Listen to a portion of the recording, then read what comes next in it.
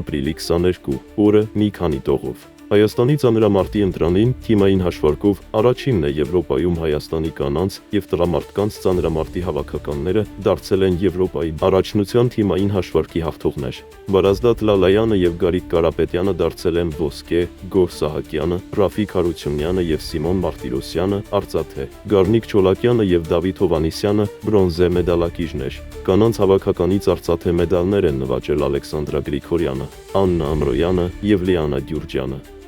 Խոզնավարում ՀՀՄ դիտորդական առաքելությունը արձանագրել է քաղաքացիական ենթակառուցվածքները վնասած երկու կրակոցների հետևանքները։ Դրանք, ըստ առաքելության, հավանաբար արձակվել են ադրբեջանական բանակի դիրքերից։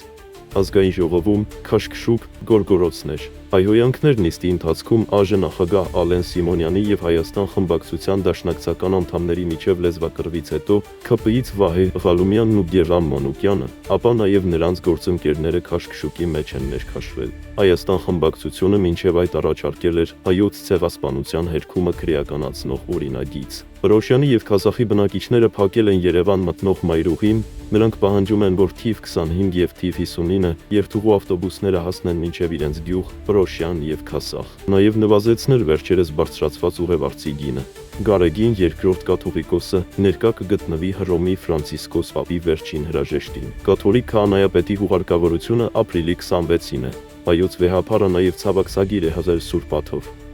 Կիպրոսում կարող է կրկին սրվել հույն թուրքական դիմակայությունը։ Հույն ուղղափառ եկեղեցու արքեպիսկոպոս Գեորգիոս դիմել է Հունաստանի և Կիպրոսի իշխանությանը, կոչ անելով միասնաբար արտաքսել թուրքերին Կիպրոսից և փրկել հայրենիքը։ Թուրք կիպրոսցիների առաջնորդ Հերսին Թաթարն այդ խոսքերը բնութագրել է որպես ատելության խոսք և նշել, որ դրանք վնասում են երկխոսությանը։ Հիշեցնենք, որ Կիպրոսի հյուսիսային հատվածը Թուրքիան զավթել է 1975 թվականին։